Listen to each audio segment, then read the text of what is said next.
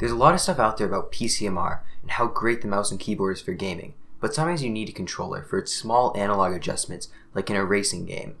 But the controller market is saturated with a lot of products that are very similar that don't do much to distinguish themselves.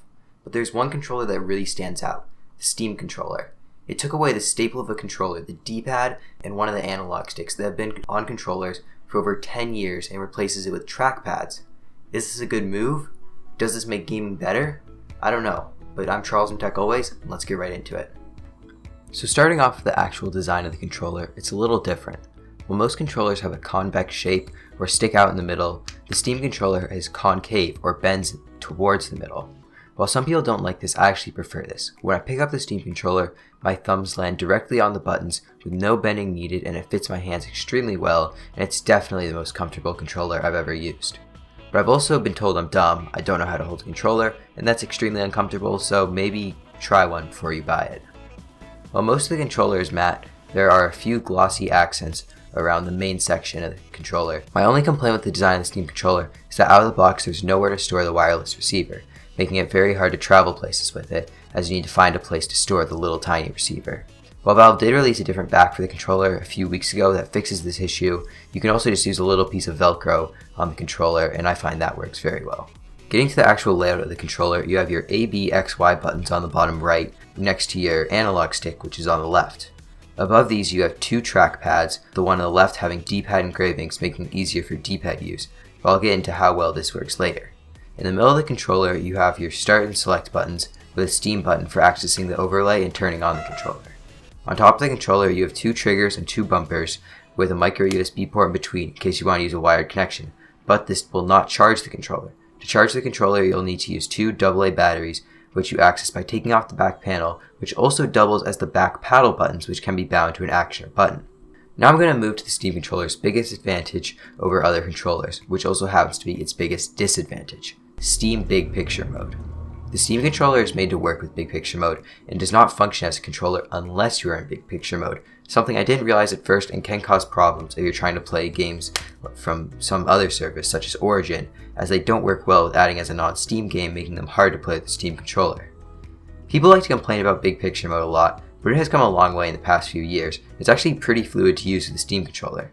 Navigating the UI is natural and makes sense, something I can't say about Big Picture Mode with the mouse and keyboard though. Even their solution for typing is the best I've seen with any controller, having each trackpad cover half the keyboard and you just click to select your letter.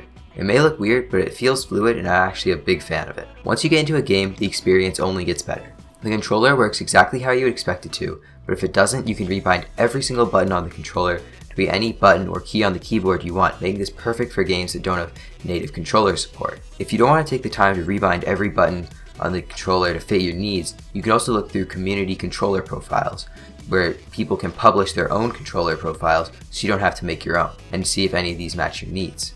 Even the trackpads have multiple modes of input, from D-pad to trackpad to analog stick, and all available for you to choose from when customizing the controller.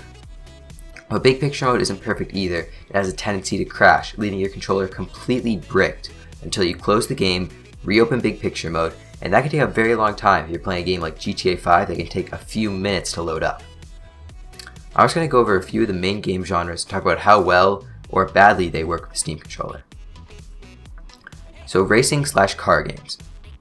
The Steam controller is perfect for racing and car games. The analog stick is perfect for steering, and being able to swipe easily on the trackpad is great for looking around, and that one simple action makes it easier than using a normal controller in my opinion. And just because it has the analog stick, I prefer it over the mouse and keyboard. And I find this the best controller for a driving game besides an actual driving wheel.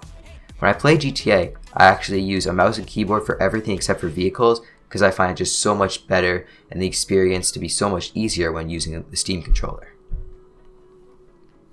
In first-person shooters, the Steam controller's okay.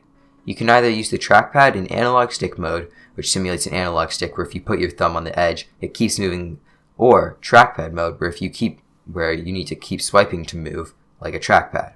Personally, I prefer trackpad mode as I find it slightly easier to use than the analog stick mode, or just even a regular controller, but it's nowhere near as good as a mouse and keyboard, but I guess it's okay for casual gaming. But don't expect to be playing well in CSGO with it. So I don't actually play a lot of fighting games, so I took my opinions to my brother, who's actually pretty into games such as Street Fighter. When you play a fighting game, you only need one analog stick and 6 buttons, so this makes the experience with a Steam controller basically the exact same as a normal Xbox controller.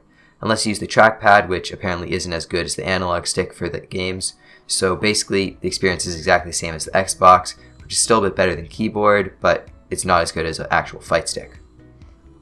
Strategy games actually surprised me. Playing games like Civ were actually really great from the couch with a Steam controller. The trackpads felt fluid and going around the UI felt easy and it made sense. Platformers. I was not a big fan of platformers with the Steam controller.